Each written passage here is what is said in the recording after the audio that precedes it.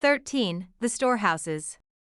60.11 And the other angel spoke to me, the one who went with me and showed me what is secret, what is first and last in heaven, in the heights, and under the dry ground, in the depths, and at the ends of heaven, and at the foundations of heaven, and in the storehouses of the winds.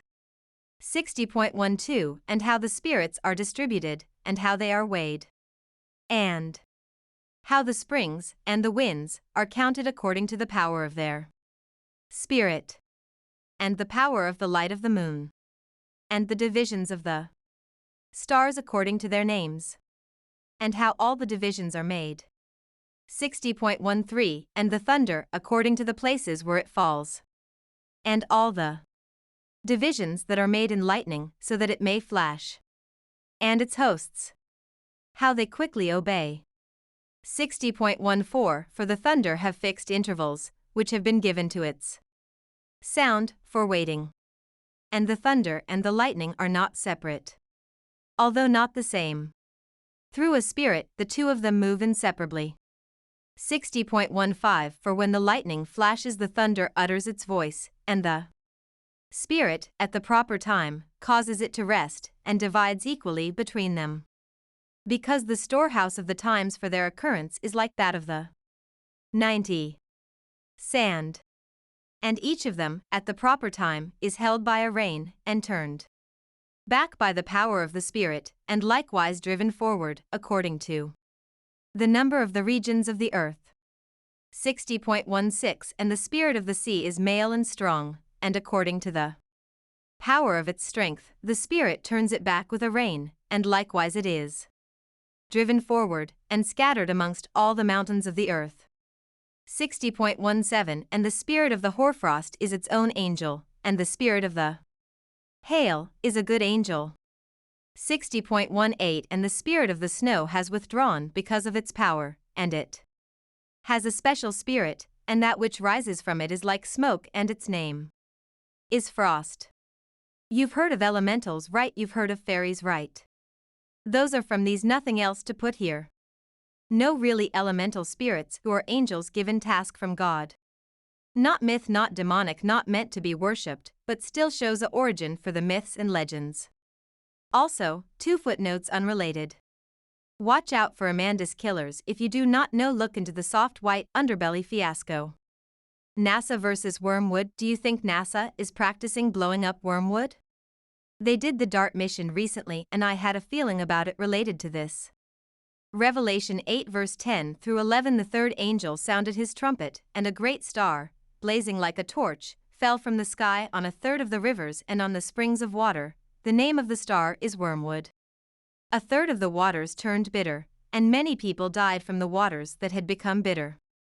Hey, don't worry about being nuked. If it does happen, it won't be enough to stop Revelation. Also, I've seen a lot of fear-mongering pastors lately. Be afraid to eat. God doesn't want you to walk left or right, hop on one foot, bark like a dog. They want you to fear holidays. Please refer to my Food of the Gods video for more on that. Being afraid during seasons like Christmas and Halloween is not biblical. I'll give you 2 verses about this issue to end the nonsense. Acts 10:10 through 16. He became hungry and wanted something to eat, but while the meal was being prepared, he fell into a trance. 11 He saw heaven open and something like a large sheet being let down to earth by its 4 corners. 12 It contained all kinds of 4-footed animals and reptiles of the earth, as well as birds of the air. 13 Then a voice said to him, "Get up, Peter, kill and eat." 14 "No, Lord." Peter answered, "I have never eaten anything impure or unclean." 15 The voice spoke to him a second time, "Do not call anything impure that God has made clean." 16 This happened 3 times, and all at once the sheet was taken back up into heaven. Also another verse, 1 Corinthians 8:7 through 8, but not everyone possesses this knowledge. Some people are still so accustomed to idols that when they eat sacrificial food they think of it as having been sacrificed to a god, and since their conscience is weak, it is defiled. 8 But food does not bring us near to God. We are no worse if we do not eat, and no better if we do. Plain words, it's a matter of conscience.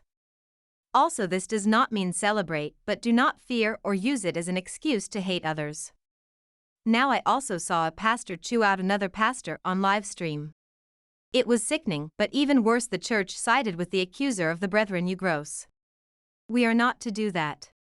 The pastor in question lured the other one with the idea of reconciliation about him calling him fake. The pastor then proceeded to use the other's divorce to publicly chastise the other. Now I think they both are lacking, but the other's actions were serpent-like, to put it nicely.